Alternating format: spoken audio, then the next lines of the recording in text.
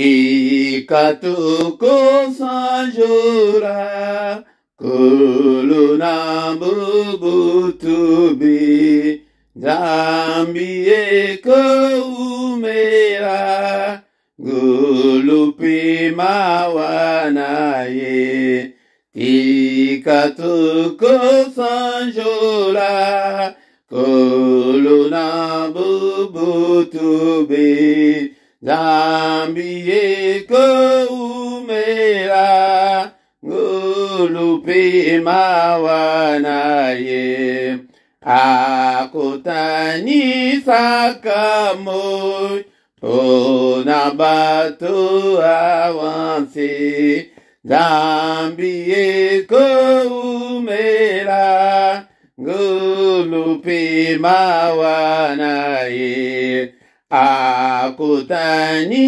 sakamoy Onabatu avansi Zambi ko umera gulupi mawanaye Kolo akole saka Bisona bilokobe Zambi ko umera gulupi mawanaye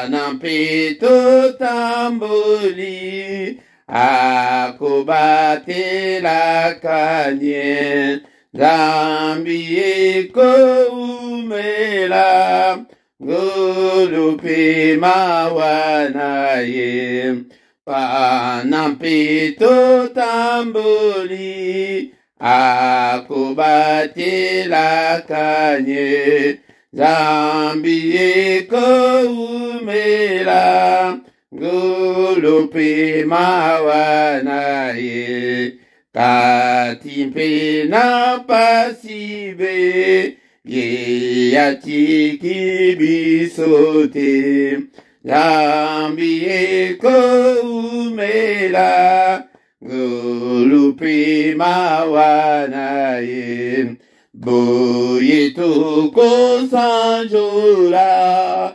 Kolona bubutube Zambi ko umera gulupi mawanaye Boye toko sanjura Kolona bubutube Zambi ko umera gulupi mawanaye Kolo akolendisa Bisona lilo babe Zambi ko umera gulupi mawanaye Kolo akolendisa Bisona lilo babe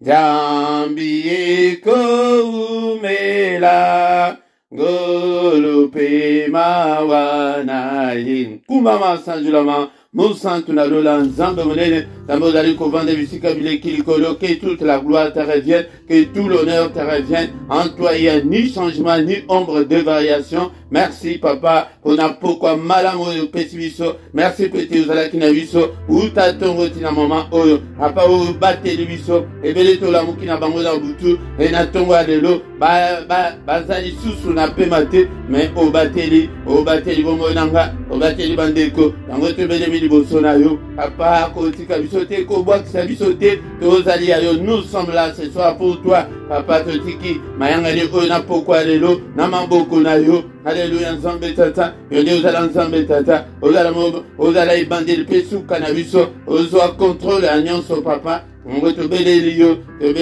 Toko kende sus nana Soki na yo te papa Alléluia totiki nyonso na maboko na yo du début jusqu'à la fin. Molimo santu ensemble, doit contrôler à nyonso, omimonisa, na pokwa lelo, mais nyonso ezali ko confesser kombo na yote, mosi kanabiso, na kombo na Yesu, na kombo na Yesu, mosi kanabiso, nyonso ezali ya yote, nyonso ezali ya yote, papa, gloire na yo, ekita, que ton règne vienne ce soir, makila na yo zinga biso, protéger biso contre tous les traits enflammés de l'ennemi. Grâce na yo et accompagner biso papa olobela biso à travers ta parole. Voici tes biso na prière à pourquoi lelo et butu alelo papa yo Dieu la mobate na biso et mon côté asimba biso au nom puissant de Jésus nous avons ainsi prié. Amen, amen, amen, amen. Bien-aimés dans le Seigneur, acclamons le Seigneur, acclamons, il est merveilleux, il est là avec nous ce soir. Alléluia. Il a dit que je ne vous abandonnerai jamais. Je serai avec vous jusqu'à la fin du monde. Notre commune la fin du monde était. Yango à côté kabiso soki mokete. C'est la prière du soir, bien-aimé, dans le Seigneur. Yango biso to intitulé yango la prière agressive du soir avant de se coucher en paix. Yaya ezali culte. Yango na culte. Tozana temps ba parti nyonso. Tokoko ya teke prière. Aussi sinon. Ezali na temps ya prière, ezali na temps ya adoration, ezali na temps ya koyoka maloba na nzambe, ezali na temps ya prière pe ya combat, yango prière ya kanda tokota na kanda, yango na bandako na biso topelisa moto ya mabonde bien-aimé dans le Seigneur, yango nayebisaka yo pourquoi nyonso ete prière ya pourquoi ezali prière basakanaka nango te, ezali prière ya kolia mino, ezali prière ozosala ngo na kanda parce que butu ezali butu ya banje bele balala balamukate malade ya makasi na butu yango nde diable ayaka kofi na bato yango bafemme bamari deni bayaka kovisite bato na butu yango priere ya pokwa basakanaka nango soki moke te ezali priere ya kolupe te ezali priere ya komanke te ezali priere ya konéglige te yaya yango telema na prière na kati ya ndako na yo ete prière ye kokuta yo na kati ya ndako na yo osali ata déplacement te yaya yango obondela te lokola boni to combattre la paresse spirituelle na bandako na biso na bomoi na biso ba prière elemba toboyi na micro ya pokwa lelo ezali wa bino Mote Philippe yango de na epete to bondela ensemble na epena zana o yanga problème bien-aimé dans le Seigneur yango de toko bondela ete to tindika milieu mabe ebima na bandako na biso na ba demeure na biso na bomoi na biso diable avanda na kimia. Non, il faut ce temps-là doit appartenir au passé. Auto sala qui va apparaître auto ebaka makambute auto ebaka Yesu masiate mais tango orekoma Yesu to tombola Yesu na bandako na biso yango na zoe la bino kombo mususu te na zoe la bino kaka kombo ya Yesu yango mokola moko tombola Yesu nanda kuna ye bien-aimé dans le Seigneur yango tango zali komona nazali ko ela bino na banzebo yango de parti ya banzebo et komami na mukala ya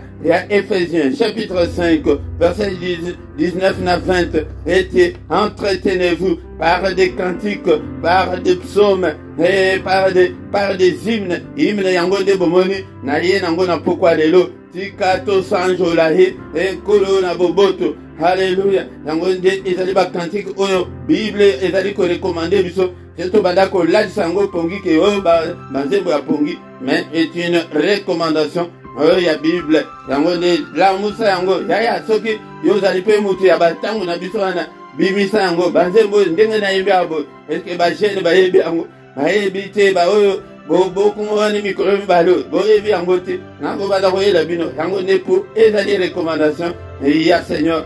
Alléluia. Bien-aimé dans le Seigneur, mais avec le bon de la cocotte na prière agressive, tokotanga iloba na nzambe na pokwa lelo yango de iloba na nzambe et ko introduire biso na kati ya prière ya pokwa lelo. Mais bien-aimé dans le Seigneur, na sengi na yo ndeko nanga like nanu bien-aimé dans le Seigneur, like nanu et partagez et tout comme une grande nation, tout comme une grande armée pour l'Éternel notre Dieu. Évangéliser, yo peut évangéliser, au gagner au zoa ba point et pas ya Seigneur que aux sala yango to kanga maboko te tout la kara basali te ba kambite mais yo peut sala ndeko nanga soko bengi mutu moko abiki yango nde ezali nde na mutu na yo akangami na nzambe abandaki azalaki lokolo na kati lokolo libanda lo makolo nyonso mibale ekoti kati na Yesu ezali na mutu na yo ezali mapamboli na yo yango nde barachaka mapamboli bongo epai na nzambe na koservir ye sers ton Dieu po ete omona monene na nzambe. Bien-aimé dans le Seigneur, tokotanga maloba na nzambe na mukanda ya 1 Pierre chapitre 3 verset 9. 1 Pierre chapitre 3 verset 9. Bien-aimé dans le Seigneur, to bandi de koyekola oui et bengami la croissance spirituelle que tango tozali kati na makambo nzambe esengeli ete tokola esengeli toyeba makambo na nzambe ni tokoyekola. Bien-aimé dans le Seigneur, tokotanga mukanda nzambe 1 Pierre chapitre 3 verset 9 et le bini. Biblia elobi boye bandiko est-ce que oza na Bible na yo nazali ko exhorter yo tango nyonso zala na Biblia na yo et surtout zala na Biblia et à papier pour ete osalaka ba étude biblique ezali recommandation ya Seigneur ete botoye kola toyeba maloba na nzambe. Ne rendez point mal pour mal ou injure pour injure, bénissez au contraire car c'est là que vous avez été appelés afin d'hériter la bénédiction. Bien-aimés dans le Seigneur, yango nde ezali makambo oyo ezali kote ya mamingi te na baeglise na biso na ntango oyo biso nyonso tokomi kaka bato ya église kaka ya komba na komba, mais la connaissance de la parole de Dieu ezali lisusu te ndeko na nga. Mais nalingi ete yo oyo ozali kolanda nga yeba ete ozali liboso ya molakisi yango nde zalaka na carnet na yo baverset okokomango ebele, mais ndenge tozali kokutana mpe bapoko nyonso boye ezali mpe en même temps baenseignement ete ntango tozali kobondela tobondela malamu, ntango tozali kobondela tobondela mongongo na biso ekoma epai na nzambe. Ndenge mokolo mosusu napesa bino exemple soki moto aye kobeta porte na yo mingi soki moto wana botuni ke nani wana alobaka te ke o ngai Philippe te, alobaka ke eza ngai. Tango alobi ke ezali ngai c'est moi tango alobi ke c'est moi bino bato boza na ndako boyebi mongongo pe ye pe aza trop sûr ke non place azokende mongongo na ye bayebi yango nde bofongola Philippe porte batuni kutu ata kombo te eza Philippe bofongola ye porte yango biso mpe ntango tozobondela mingongo na biso ezokende likolo ezobeta na porte ya nzambe sikoyo nzambe azotuna nani wana mais mongongo na yo bayebi yango te yango ndeko na nga yango mpe te mongongo na yo eyeba na kuna na likolo eza na baprecept eza na barègle il faut kolanda yango. Bien-aimé dans le Seigneur yango bien-aimé soki ke tozobongisa te yango mingongo na biso ezali kokoma te epai na nzambe yango bakoyela yo ke année oyo année ya élévation omoni yango te e année ya bénédiction tomoni yango te, année ya kingani tomoni yango te. Bien-aimé mais biso tozali koya ete oyoki omoni ke ozalaki na faute ocorrigé tozo continuer na Seigneur. Il n'est pas venu pour nous condamner. Moi aussi je ne te condamne pas, je ne te culpabilise pas, mais nous sommes là pour corriger nos fautes, nos erreurs, pour continuer dans le vivre la vie heureuse avant que aya kozwa biso. Bien-aimé dans le Seigneur, la croissance spirituelle est alignée. C'est comme un enfant qui est né dans une famille riche, qui est né dans une famille de multimillionnaires. Cet enfant-là est automatiquement riche dès sa naissance. Ça, c'est la règle générale qui le dit que non, lokola botan azali héritier nakati ya famille wana. Donc bozu nyonso ya famille ezali pe yaye bakola ba mbetu de luxe, bakosala ba bloko kaka de luxe, mais il n'est pas encore en possession de sa richesse ou de son héritage. Il y a la condition qui se pose et de la croissance. Il faut mutuana akola akotikala kaka ndenge moko ndenge bebe ndenge abotami na 0 jour wana aposa 15 ans azaka ndenge wana non. il faut à changer, il faut à se développer, il faut à cola, il faut à la miliki, il faut à l'ongwana miliki, il faut à bandakolia biloko ya makasi. Yangoti, il faut atteindre la majorité, il faut atteindre la maturité, atteindre la maturité. Ce qui atteindre la maturité, yangonde de kolanga mwana wana nde akokota na possession ya héritage na yeke non. Il peut réclamer que non, je vais faire ma vie. Akoki kosenga ndenge nyonso alingi ezali ke azali na droit na ngo pete abotami na famille wana. La même chose bandeko nanga bisope. La règle générale dit ceci. Tout dans la Bible na mukanda ya Ephésiens chapitre 1 verset 3. Bible est le livre. Béni sois-tu. Et béni soit le Dieu Père de notre Seigneur Jésus-Christ, qui nous a bénis de toutes sortes de bénédictions spirituelles dans les lieux célestes en Christ. Que nous sommes déjà bénis en Christ dans les lieux célestes. Ça, c'est la règle générale. La famille chrétienne, tu es déjà béni. Tu es déjà béni. Mais comme je viens de le démontrer, lokola mwana wana abotami na famille ya ba multimillionnaire ezali ndenge moko pe biso pe tobotami na famille ya batu o bapambolama. Mais bien aimé dans le Seigneur, peut-être okota na bénédiction na yo ndenge kutu tolobaka ke non, il n'y a pas de condition. La condition ezali croissance na yo, ezali bokoli na yo, ou bien okotika la bébé. Yango soki ke okoli te, soki nano atteindre la maturité te, nano koki se 18 ans te, soki ba parents bango bazate, donc tu auras un tuteur. Mutu oke non, akobanda ko superviser ba bozwi na yo nyonso. Mais soki ba parents bazana no vivant, nyonso wana oza, obotami na famille wana, mais ba parents de batu bazali ko konza, bango de batu bazali kozwa bozwi nyonso wana. Bien-aimé dans le Seigneur.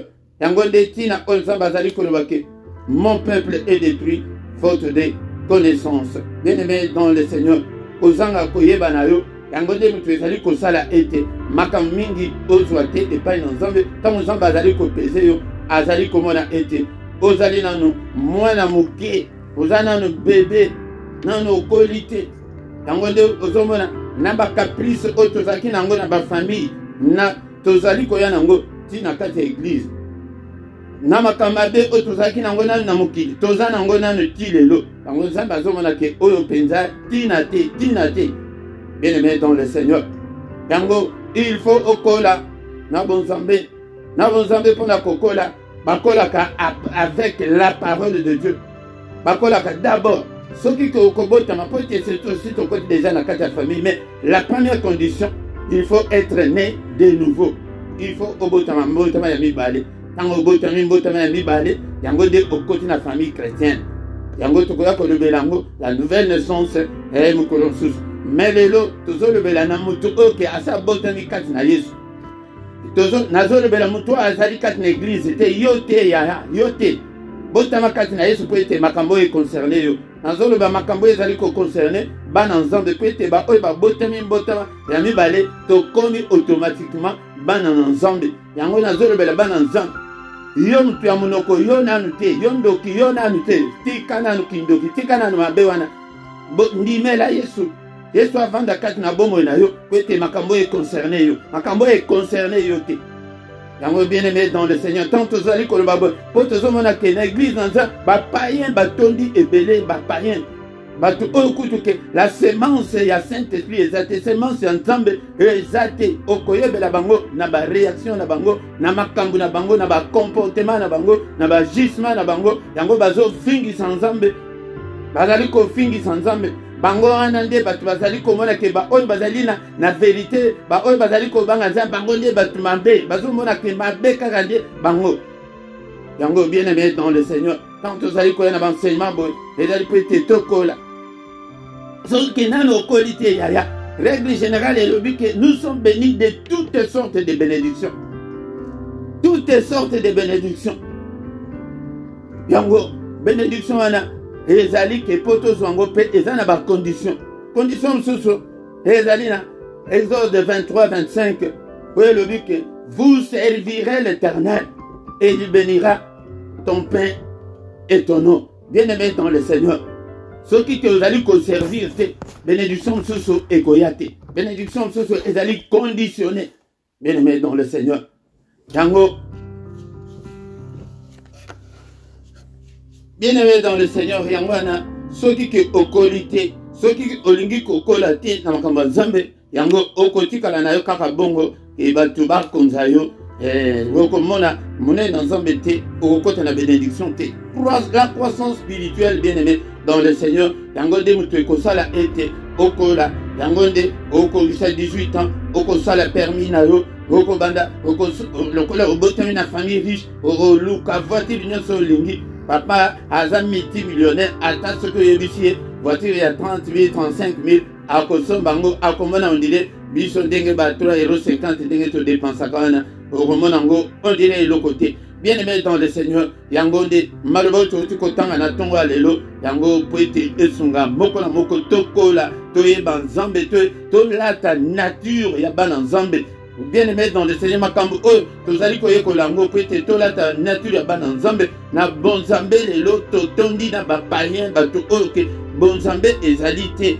Kota kaka makambo ya mbongo, kota kaka makambo etali ke intérêt na ye, yaya okomona ete akotika bonzambe akolakisa oyo azali bankoyi balati poso ya meme na kati ya église bapasteur bana nzambe bateyi baza baintercesseur bayembi bien bamusicien bien-aimé dans le Seigneur. Mais yoka awa Biblia elobi place kotanga na 1 Pierre chapitre 3 verset 9 elobi ne rendez point mal pour mal.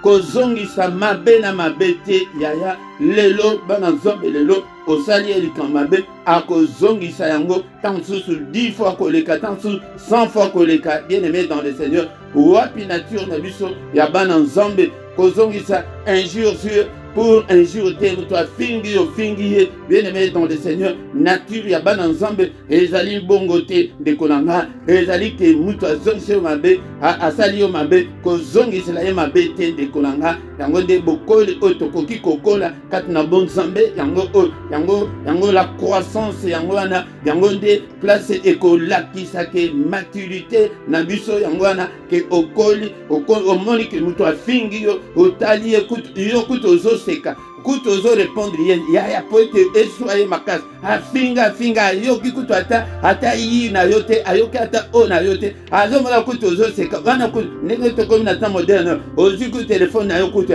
obandi okoti na Facebook okoti soki nini obandi koluka okomona ke ekoswa esusu makasi. C'est ça la nature ya bana nzambe asaleli yo mabe ya kozongisa mabe te kozongisa mabe na mabe te soki osali bon oza mupagano ozali mwana na nzambe te ndeko na ngai yango nde tozongisa. Biblia elobi ke bénissez, au contraire pambola mutu wana kende kaka nzambe apambola yo yaya yo kanisi ke kende wana nzambe apambola yo ezali ya malamu soki elobi bongo. Biblia elobi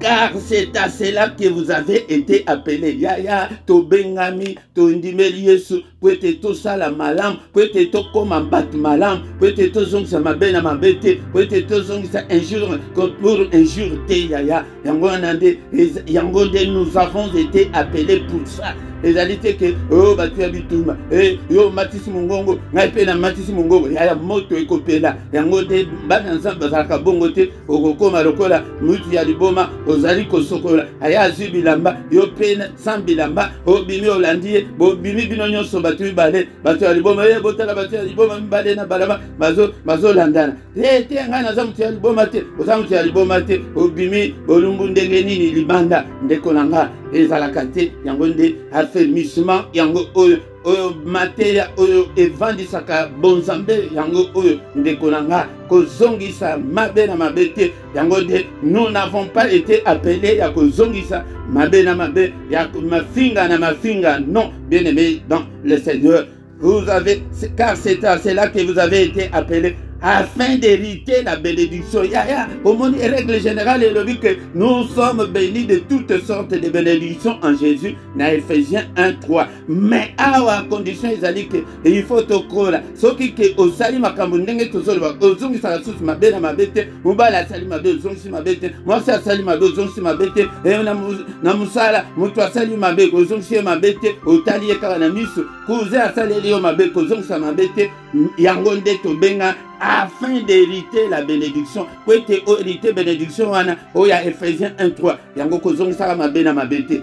Ko finga na finga te. Il faut tout ça là. Na komi kitisa. Bien aimé dans le Seigneur. Le ko les ali pourquoi? Pour ça kana minute muke. Yango toujours tanga susu. Maloba ensemble na mukanda. Et ya Romains chapitre 12. Kovanda verset 17.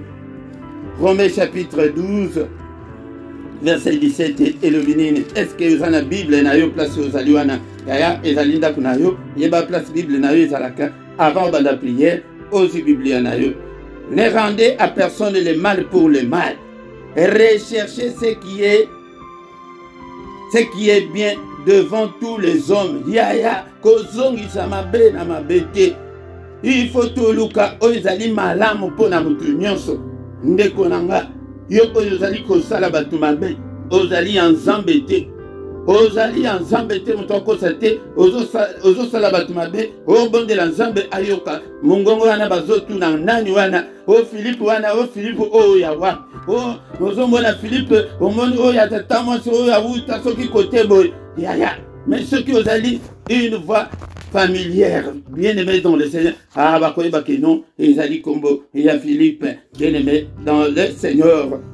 S'il est possible, autant que cela dépend de vous. On a dit dans le verset 18, soyez en paix avec tous les hommes. Il faut que vous ayez un problème, na batu. Le va que mutu a un problème na yo, bien-aimé dans le Seigneur. Mais le autre aussi qui ça a mikolo nyonso tokobanda kolakisa bino la croissance yango de mutu ezali kolakisa la nature ya bana na nzambe yango zomona lelo ba pasteur bango na bango ba yoka na kate kaka pole ete bazana nature ote pasteur wana asali mabe ye pa koluka zongisa mabe frère wana salaki bo ye pe akomona wana bien-aimé dans le Seigneur, yangonde ezali kolakisa ke batu mingi tozana bango na kati ya l'église, baza ba chrétien te, baza ba croyant kati na église, mais bazali ba chrétien te, un chrétien yende mutu azana nature ya makambo tozali koloba. Yangonde et affermissement, ete affermir yo, ete calmer yo, ozala mutu ya kozongisa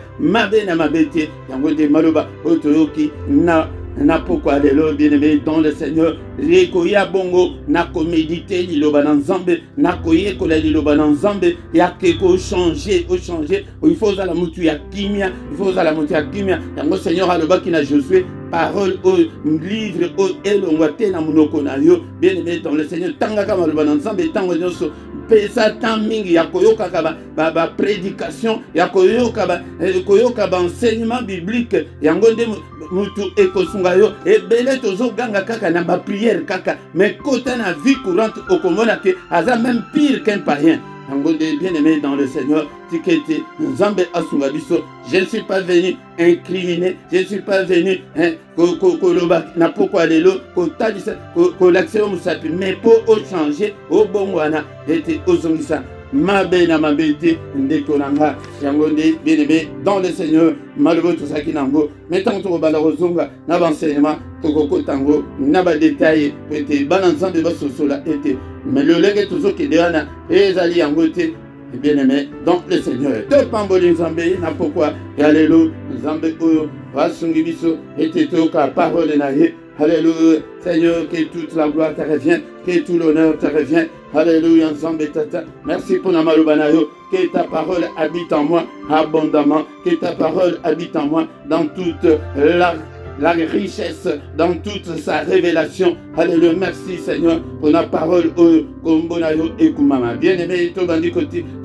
quoi adorer sous son zambé, n'a pas quoi aller le poété, à la culte, tu as la culte, c'est le moment d'adorer Dieu, c'est le moment d'invoquer Dieu, c'est le moment, bien-aimé, dans le Seigneur, de rendre gloire et hommage, puissance et pas une ensemble. Alléluia, bien-aimé, dans le Seigneur, nous retrouvons comme ça y est, n'a pas quoi aller le, nous allons qu'on soit tant à quoi adorer. Oya pesi biso pe manabongo utana tongo tina mama azali ko batela biso kombo na yo ekumama kombo na yo le sauveur mobile ici. Alléluia ango toyo kina loyembo ete ayaki pona ko biki sabatu na se. Alléluia Yesu aye pona ko pesa bomo. Alléluia to komisi pona bomo aye ko pesa biso yango ndekolanga kotaka na bakantike kotaka na ba louange kotaka pete alingaka bakantike alingaka louange. Merci Seigneur. Alléluia oye ko pesa bomo Yesu mobikisi Yesu mobikisi abomo inanga mo bateli abomo inanga ezali se yo papa soki yo bateli te mo bateli akobatela se pamba go bondela na pourquoi lelo to komisa kombo na ye élevons le nom de Jésus ye oya ki kokufa pona biso il sera baissé. Alléluia akufa ki pona yonanga akufa ki pete lelo biso toza na bomo et akufa ki pete toza na autorité likolo bandoki likolo a Satan. Alléluia il sera baissé. Bien-aimé, il s'est dépouillé lui-même en prenant une forme de serviteur, en devenant semblable aux hommes et ayant paru comme un simple homme. Il s'est humilié, il s'en s'est rendu jusqu'à la mort, même jusqu'à la mort de la croix Kakapona Yonanga. C'est pourquoi aussi Dieu l'a souverainement élevé et lui a donné le nom qui est au-dessus de tout nom. Le nom de Jésus est au-dessus de tout nom. N'a pourquoi les lots, Nicolas va problème na yo, Nicolas va passer na yo, Kombo na Yesu, Eza Nicolas na nyonso, Nicolas Satana, Nicolas va démon, Nicolas va bando qui nyonso sa famille. Alléluia. Bien-aimé dans le Seigneur, Nicolas va problème na yo, Kombo na Yesu, Eza Nicolas na nyonso. Alléluia. Alléluia. Afin qu'au nom de Jésus, tous genoux fléchissent dans le ciel, sur la terre et sous la terre, et que toute langue confesse que Jésus-Christ est Seigneur, à la gloire de Dieu le Père. Alléluia, bien-aimé dans le Seigneur. Est-ce que tu peux dire avec moi ce soir que Jésus-Christ est Seigneur, à la gloire de Dieu le Père. Jésus-Christ est Seigneur, à la gloire de Dieu le Père. Jésus-Christ est Seigneur, à la gloire de Dieu le Père. Alléluia, que ton nom soit élevé de maintenant et à jamais, du lever du soleil jusqu'à son couchant, que le nom de Jésus soit élevé. Alléluia, Yesu nangana pambolio, apangana yebayote, abotamina famille, à coutume et tradition, oyeko komisanga mwana na yo, et Père de gloire, tikete na bana nangai pe baye bayo, na bana na bango pe baye bayo, na bana na bango pe baye bayo, et papa tina millième génération, et souka kutu te kende kaka, jusqu'à l'infini. Alléluia. Touti na ba famille. Oizala qui dédié na diable. Seigneur, ba singa na kolo. Na pourquoi lelo singa famille. Lo boko na yo est brisé yango. Alléluia. Bango baloba ete. Singa famille est katana kate. Papa, n'est-il pas écrit que la main de l'Éternel est élevée et que la main de l'Éternel manifeste sa puissance. Seigneur, notre Dieu. Et ta main, Seigneur, manifeste ta puissance. Seigneur, en brisant, alléluia, ces liens de famille, liens, il y a hérédité brisée, yango papa, brouillé, yango Seigneur, n'a pourquoi le lot. Maman, mon saint Nalola, le Dieu qui était, qui va bientôt venir, le Tout-Puissant. Alléluia, ensemble, au salama, au ezali komona, na ezali komona na te, c'est la prière agressive du soir. Avant de se coucher en paix, tango siko y adoration, yako tombola, oyasali likolo pese, azali nani ponayo, alléluia, il est le Jéhovah Jireh, Nzambe oyanga, namozali ko pouvoir na ba besoin na ngai papa, alléluia, ya tala, okoma kutu, on dirait que o prier pour yebake, bilambani no koko late, eleke bele, yenebe misu so bosana, Kolia banana bazola lanzalate kumisa ye na pokwa lelo. Alléluia nzombo. Mo bateli malamu. Yo oyo bateli bomo ngai papa banda janvier ti lelo. Alléluia nzombo papa. Na kumisio na journée oyo lelo pe o bateli nga. Ango bien-aimé dans le Seigneur, tous allez kotika. Le reste de l'année, n'a beaucoup d'ensemble. Et quelques jours qui nous restent pour finir cette année, nous les remettons entre les mains du Seigneur. Seigneur, protège-nous comme tu nous as protégés depuis le début de l'année. Alléluia, Jésus. Jésus, maman. Papa, protégez Bana. Protégez Libotananga.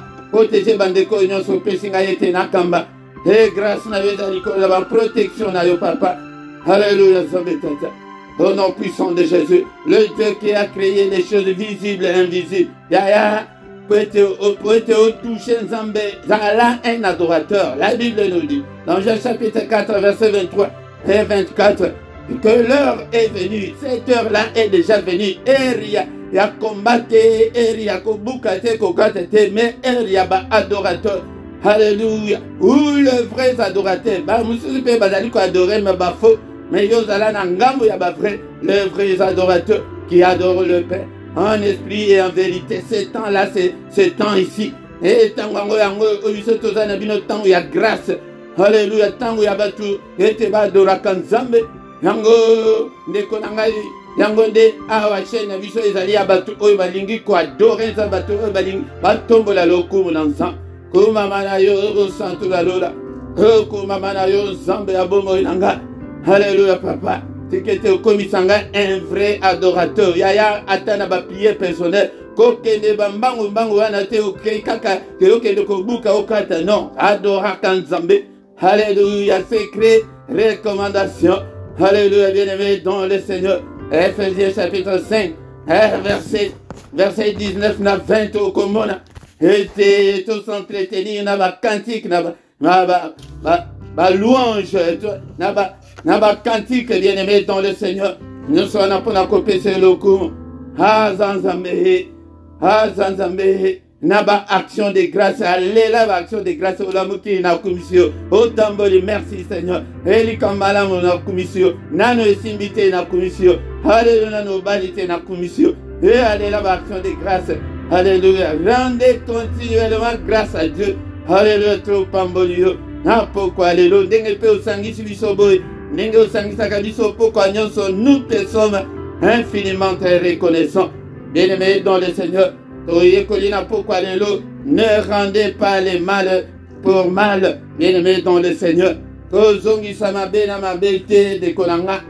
Et bien-aimés dans le Seigneur. Et rendez point mal pour mal. Ou injure par injure. Mais nous sommes allés à la carte. Est-ce que Yesu a katina yo? Jésus n'a fongolé au motema na pourquoi lelo. Vanda katina nga yaka papa. Vanda joie contrôle nangai papa. Papa marteau na yo. Et brisé. Nous sommes à la kakena za la motema moto finga pe la fing. Moto a salinga ma benga pe na salema be. Et ta parole n'est-elle pas comme un marteau qui brise le roc? Papa brisé yango na katina nga. Et yango de vif et à sujet na viso en pourquoi lelo papa brisement brisé onyonso et ça la kanga motema na la motema moto Bible le dit que na béni kutu okomona ete okangita le longue kanga mi kande alléluia brisé kanda brisé nyonso provokaka ete oyeba ko se contenir te alléluia au nom de Jésus a brisé yo katinanga. Yango nde tanto kosala boye yango kokola oyo tozali kokola kati na Yesu yango wana bien-aimé dans le Seigneur.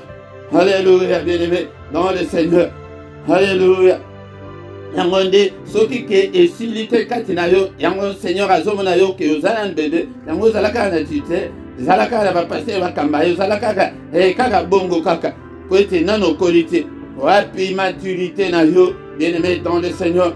Ba oyo baza mature ba oyo bazali ke yo fingi ngai ozo sekana yo ya oui là moi santo afanda kati na yo Seigneur que ton règne vienne au vanda kati na ngai ozo contrôle ya ba émotion na ngai ozo contrôle ya ba sentiment na ngai alléluia zo contrôle ya nyonso Père au nom puissant de Jésus-Christ alléluia nazana mutu ya kimia nazana mutu ya kozongisa mabe na mabete.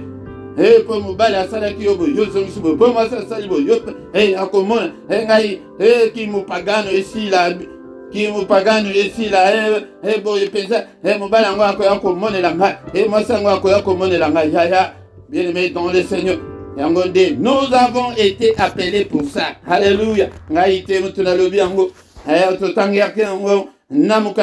Pierre chapitre 3, verset 9.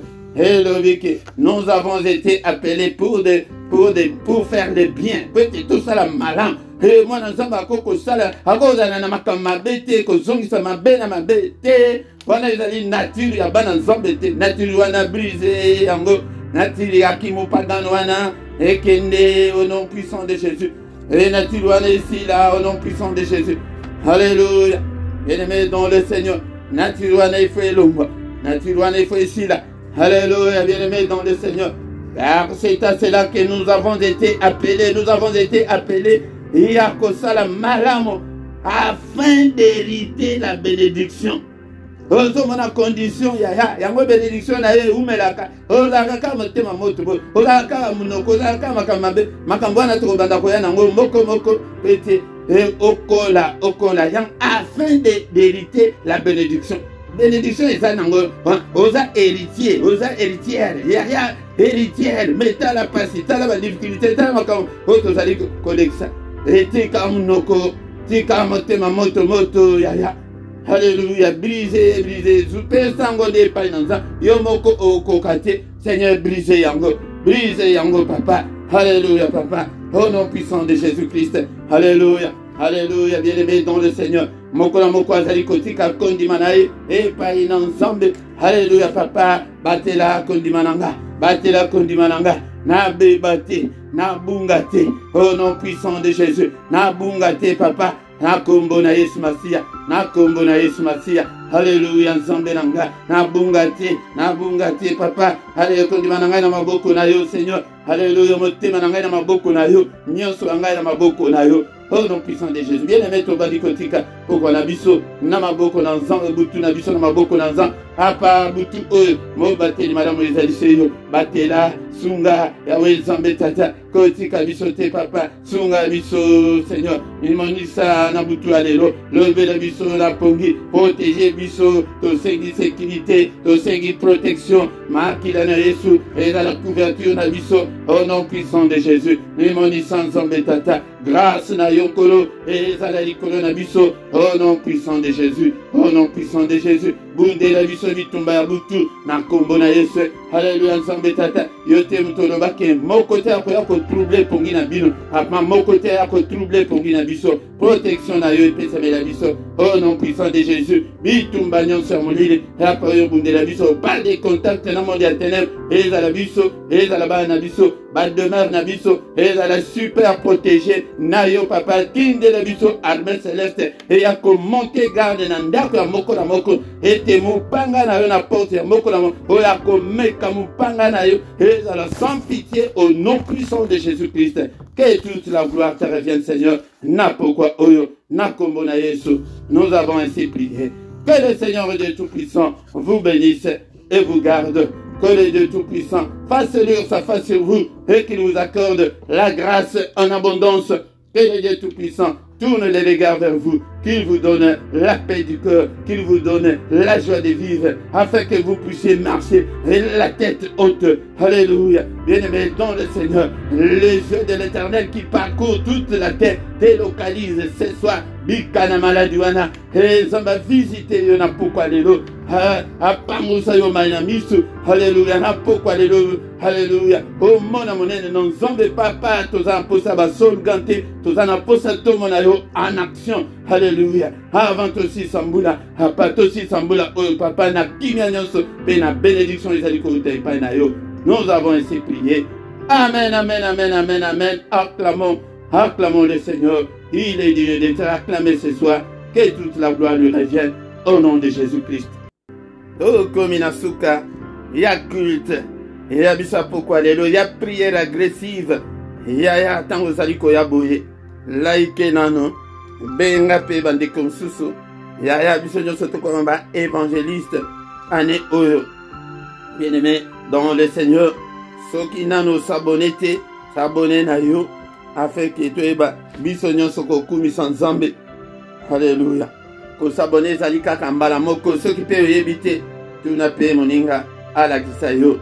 Na rubrique ya description okokuta ba coordonnées na biso nyonso soki oza na posa ete tosunga yo spirituellement tozali disposé ndeko na ngai mpona kosunga mpe mosala na nzambe oza na posa soki mpe omoni na makambo ebele soki omoni ke okoki kosomba kamera ya bien osombi otindeli biso toza nalula ebandeli me biloko mingi eza nano na biso te bacoordonné ya finance eza na se wana numero adresse ya paypal ezali na numero ya compte sunga mosala na nzambe nzambe mpe akokota makambo na yo bien aimé dans le Seigneur tokutanaka pokwa nyonso de 21h à 21h30 tous les jours mais ya mokolo ya misatu ezalaka spécial ya bana tobondela mpona bana yebisa bandeko na yo mpe mokolo ya misatu tokotaka priere mpona bana tolongoli yo te na eglize na yo ezalaka na eglize na yo me bondela ete nzambe asunga tozali kobondela bongo pour un avenir meilleur ya bana me mokolo nyonso ya mercredi ya suka ya sanza yango nde tozalaka na état de jeune mpona bana na biso osali jeune na yo ti 18h 21h toye tokutani na priere kala na ndako na yo osala déplacement mpe te yaya yango wana ndeko na ngai mpe na ntongo nyonso du vendredi au samedi tozalaka na priere ya ntongo culte matinal de 7h à 7h30 yango mais avant samedi na dimanche wana tokotaka na mystère ya ntongo de 5h30 à 6h yango ndeko na ngai kozanga te kombo ya chaîne bino ezali LRDC yango TV1 soki obeti bongo na Google okozwa biso mbala moko soki obeti yango na YouTube ozwi biso soki obeti yango na bablog ozwi biso soki obeti kaka même kombo wana totie bongo mpe ete eperturbe bato te soki obeti yango mpe na Facebook ozwi biso okoti mpe na groupe na biso ya Facebook ekomami eza na kombo ya combattant spirituel mais page Facebook kombo nango ezali kaka LRDC yango nde soki osali bongo tant tokomi wana tokomi na suka tokutani lisusu mokolo na lobi pour une autre prière agressive du soir na culte ya pokwa nyonso toya ebele tobenga bandeko ebele tokokutana amen amen amen.